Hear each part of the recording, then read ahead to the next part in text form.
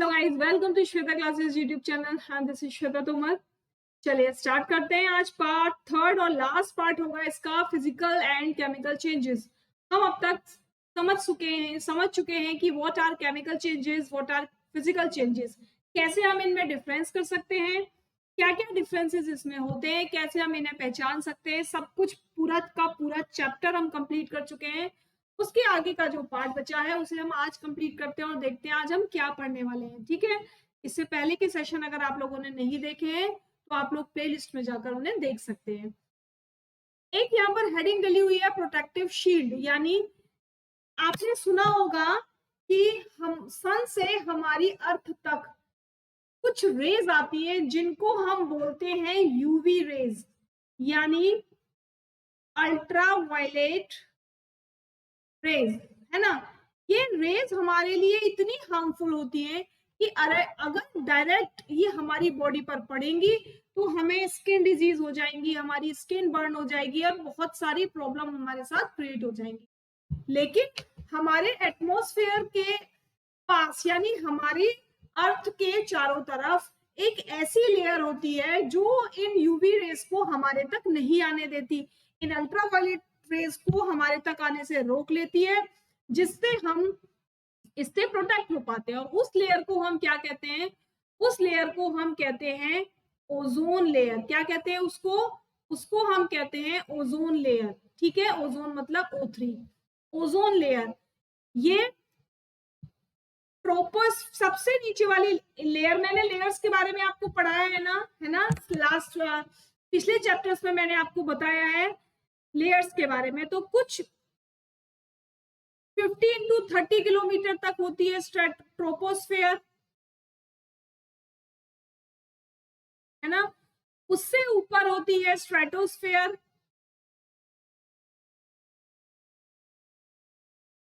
अब ये जो स्ट्रेटोस्फेयर है, इसी की नीचे वाली लेयर में क्या मिलती है आपको? ओजोन लेयर मिलती है। ठीक है, ये जो स्ट्रेटोस्फेयर की नीचे वाली लेयर है, इसी में आपको ओजोन लेयर मिलती है, जो हमें यूवी रेस से, सन से आने वाली यूवी रेस से हमें प्रोटेक्ट करती है। क्लियर हो गई ना ये बात? तो चलो, you must have heard of the ozone layer in our atmosphere. It protects us from the harmful ultraviolet radiations which comes from the sun. Ozone absorb these radiations and break down to oxygen, यानी इनको radiations को ये वो absorb कर लेती है और oxygen में इनको ब्रेक डाउन कर देती है। Oxygen is different from ozone.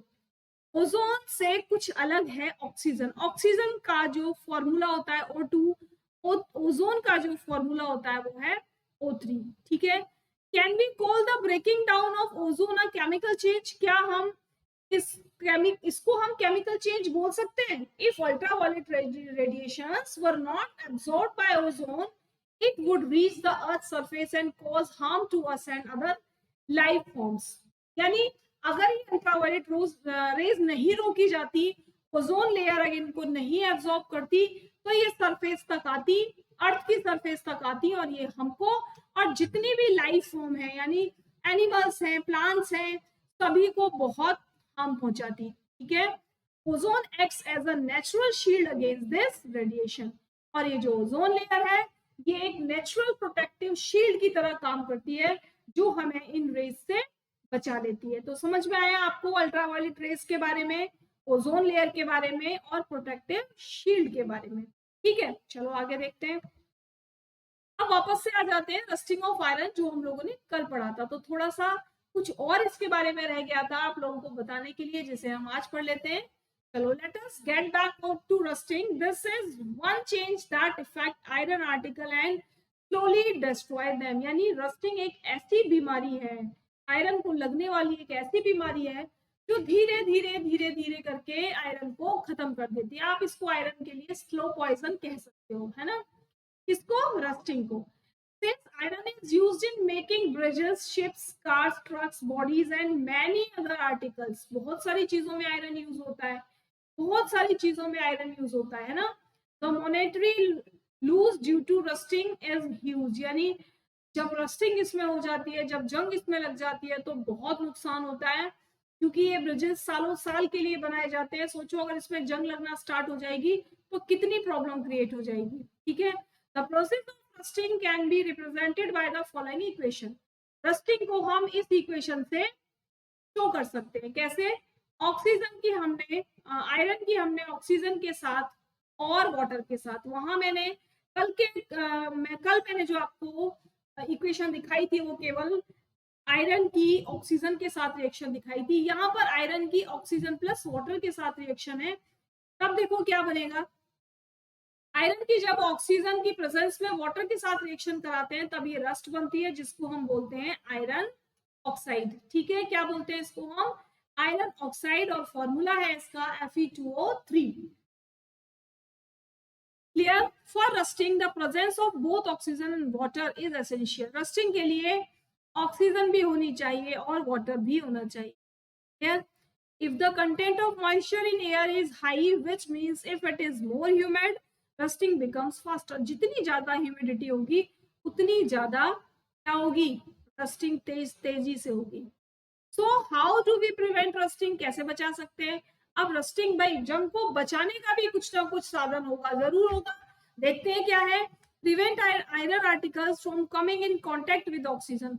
कि आयरन आर्टिकल को एयर के कांटेक्ट में आने ही मत दो, वाटर के कांटेक्ट में आने ही मत दो। अब ऐसा क्या पॉसिबल हो सकता है? भाई चेयर अगर आपने अपने रूम में भी डाली है तो वो ऑक्सीजन के कांटेक्ट में तो है कम से कम, है ना? कैसे बचा सकते हो उसको? One simple way to apply a coat of paint और ग्रीस। या तो उस पर ग्रीस लगा दो या उस पर पेंट लगा दो। हम अपने घरों में जो चेयर रखते हैं, जो टेबल रखते हैं आयरन की, जो बेड रखते हैं आयरन के, उस पर हम पेंटिंग करके रखते हैं। ठीक है, in fact these coats should be applied regularly to prevent rusting. और लगातार इनको कराते रहना चाहिए ताकि आपका जो सामान है वो बचा रहे। Another way is to deposit a layer of metal like chromium और जिंक ऑन आयरन। और दूसरा क्या है? या तो क्रोमियम या फिर जिंक की लेयर आप आयरन पर कर दो। क्रोमियम या जिंक की लेयर आप आयरन पर कर दो। This process of depositing a layer of zinc on iron is called galvanisation. और जो क्रोमियम की या जिंक की लेयर हम इस पर चढ़ाते हैं, किस पर? आयरन पर, उसको हम क्या कहते हैं? उसको हम गैल्वेनाइजेशन कहते हैं।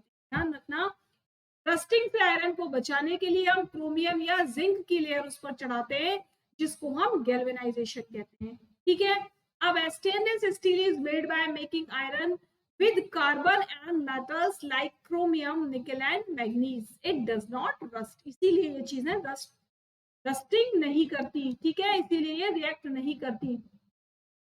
क्रिस्टलाइजेशन। अब एक नया टॉपिक है क्रिस्टलाइजेशन। क्या है क्रिस्टलाइजेशन? क्रिस्टलाइजेशन का मतलब है किसी भी चीज का इस तरीके से एक ही प्लेस पर इकट्ठा हो जाना और एक बड़ा सा टुकड़ा बना देना। लाइक मिश्री, सबने देखी है मिश्री, है ना? वो क्या है? वो क्रिस्टलाइजेशन फॉर्म है। सबने देखी है फिटकरी, वो क्या है? वो क्रिस्टलाइजेशन फॉर्म है। ठीक है, अब कैसे बनती है? तो क्या करते हैं भाई, ये बीकर लिया, बीकर में क्या किया? शुगर सॉल्यूशन, मान लो शुगर सॉल्यूशन भर दिया, शुगर सॉल्यूशन, सॉल्ट सॉल्यूशन भर दिया। ठीक है, चलो भर दिया। अब क्या किया? थोड़ी सी शुगर इस पे लगा के छोड़ दी।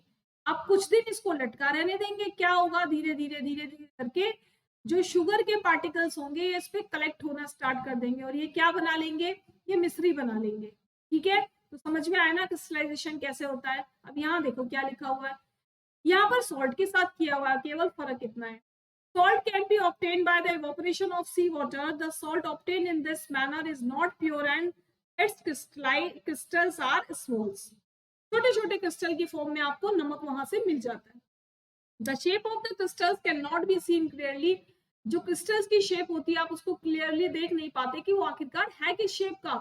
However, large crystals of pure substance can be formed from their solution. और जब हम उस क्रिस्टल को उसमें पानी में डाल देंगे, शुगर के क्रिस्टल को शुगर के पानी में और सॉल्ट के क्रिस्टल को सॉल्टी वाटर में डाल देंगे तो आपको एक बड़ा सा क्रिस्टल मिल जाएगा कुछ दिन बाद। The process is called crystallisation. इसी को आप क्या कहते हो? इसी प्रोसेस को आप कहते हो crystallisation. It is an example of physical change. ये क्या है? ये फिजिकल चेंज का एग्जांपल है। समझ गए बात को? ये क्या है? ये फिजिकल चेंज का एग्जांपल है। ठीक है, क्यों? क्योंकि यहाँ पर आपको शुगर से शुगर ही मिल रहा है, आपको सॉल्ट से सॉल्ट ही मिल रहा है, वहां पर किसी में कोई केमिकल चेंज नहीं हो रहा है। तो ये क्या है? ये फिजिकल चेंज है। Take a cup full of water in a beaker and add a few drops of dilute sulfuric acid. एक बीकर में पानी लिया और उसमें डाइल्यूट सल्फ्यूरिक एसिड H2SO4 क्या डाल दिया? H2SO4. हीट द वाटर, पानी को गर्म किया। When it starts boiling, add copper sulfate CuSO4 डाल दिया इसमें। Powder slowly while stirring continuously, धीरे धीरे धीरे करके इसको फिर हिलाते रहे। Continue adding copper sulphate powder till no more powder can be dissolve. अब तक डिसॉल्व किया जब तक कि कॉपर सल्फेट का जो पाउडर था वो मिलना बंद ना हो जाए उस वाटर। ठीक है। फिल्टर द सॉल्यूशन, पानी को, सॉल्यूशन को हमने फिल्टर कर लिया। अलाउ इट टू कूल, अब ठंडा करने रख दिया। Do not disturb the solution when it is cooling, और तब तक डिस्टर्ब नहीं करेंगे जब तक ये ठंडा नहीं हो जाता। Look at the solution after some time. Can you see the crystals of copper sulfate? If not, wait for some time more. अब क्या होगा? थोड़े टाइम के बाद आपको कॉपर सल्फेट के जो क्रिस्टल होंगे ना वो नीचे बैठते नजर आएंगे, वो नीचे आपको मिल जाएंगे। कॉपर सल्फेट के जो क्रिस्टल होंगे वो आपको इसकी नीचे वाले बेस पर, बीकर के नीचे वाले बेस पर आपको क्रिस्टल्स मिल जाएंगे। ठीक है। तो ऐसे हम कॉपर सल्फेट के क्रिस्टल को ले सकते हैं। क्लियर? समझ में आ रहा है ना क्रिस्टलाइजेशन? क्लियर हो गया सबको कि कैसे किया हमने क्रिस्टलाइजेशन, कैसे किया हमने गैल्वेनाइजेशन, और क्या है प्रोटेक्टिव शील्ड। आज ही आपका चैप्टर खत्म होता है, कल फिर मिलेंगे एक नए चैप्टर के साथ। तब तक के लिए वही जो रोज बोलती हूँ आप लोग नहीं करते, प्लीज कीजिए, कमेंट करके मुझे बताइए कैसा लग रहा है सेशन। अगर पसंद है तो लाइक करो, शेयर करो, और यहाँ ऊपर मैंने आपको लोगो भी दिया हुआ है जिस पर आप क्लिक करेंगे तो डायरेक्ट मुझे सब्सक्राइब कर सकते हैं। ठीक है, डायरेक्ट मुझे सब्सक्राइब कर सकते हैं मेरा चैनल पसंद आने पर। तो प्लीज आप लोगों की हेल्प की जरूरत है, हेल्प करो मुझे लाइक करने में, शेयर करने में और सब्सक्राइब करने में, और कमेंट करके जरूर बताएंगे कि सेशन कैसे लग रहे हैं आपके। ठीक है, चलिए कल फिर मिलते हैं। Thank you.